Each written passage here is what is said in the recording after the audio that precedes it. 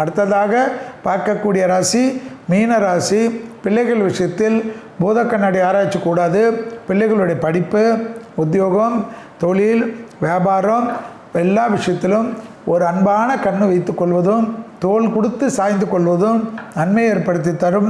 அபிராமி அந்தாதியில் இருக்கக்கூடிய 40வது பாடல், 59வது பாடல், 75வது பாடல் படித்து கொண்டே இருப்பது அனுகூலத்தை ஏற்படுத்தி தரும். லாபம், சந்தோஷம், அனுகூலங்கள் காணப்படும். முதலீடுகளுக்கு குறைவு இருக்காது.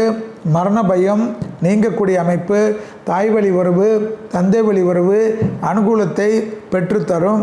உத்தியோகத்தில் ஏற்றம் பெறுவீர்கள். இழுபறியாக இருந்த நிலைமைகள் படிப்படியாக மாறுவது கண்கூடாக பார்க்கலாம். பிள்ளைகள் விஷயத்தில் அனாவசிய செலவுகளோ அனாவசிய கோபதாபமோ கூடவே கூடாது என்பதை மிக மிக முக்கியம்.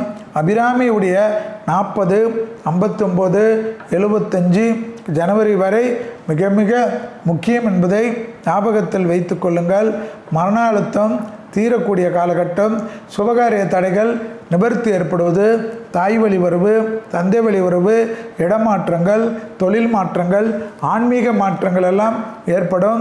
சித்தர்கள் ஆசீர்வாதம், குருமார்கள் ஆசீர்வாதம், கோயில் கட்டுவது, நிலம் வாங்கி கொடுப்பது போன்ற விஷயங்களெல்லாம் யோக பலத்தையும் சந்தோஷத்தையும் பெற்றுத்தரும். இழுபறியாக இருந்த நிலைமைகள் படிப்படியாக மாறுவது பேரானந்தத்தை ஏற்படுத்தி கொடுக்கும். தொழிலில் அதி அற்புதமும் சந்தோஷமும் ஏற்படக்கூடிய ராசிக்காரர்கள் மீன ராசிக்காரர்கள். சளி தொந்தரவு, தலைவலி சம்பந்தப்பட்டது, இஎன்டி கூடவே கூடாது என்பதையும் ஞாபகத்தில் வைத்து கொள்ளுங்கள். காளி, சூளி, துர்கா வழிபாடெல்லாம் விசேஷத்தையும் அனுகூலத்தையும் ஏற்படுத்தி கொடுக்கும்.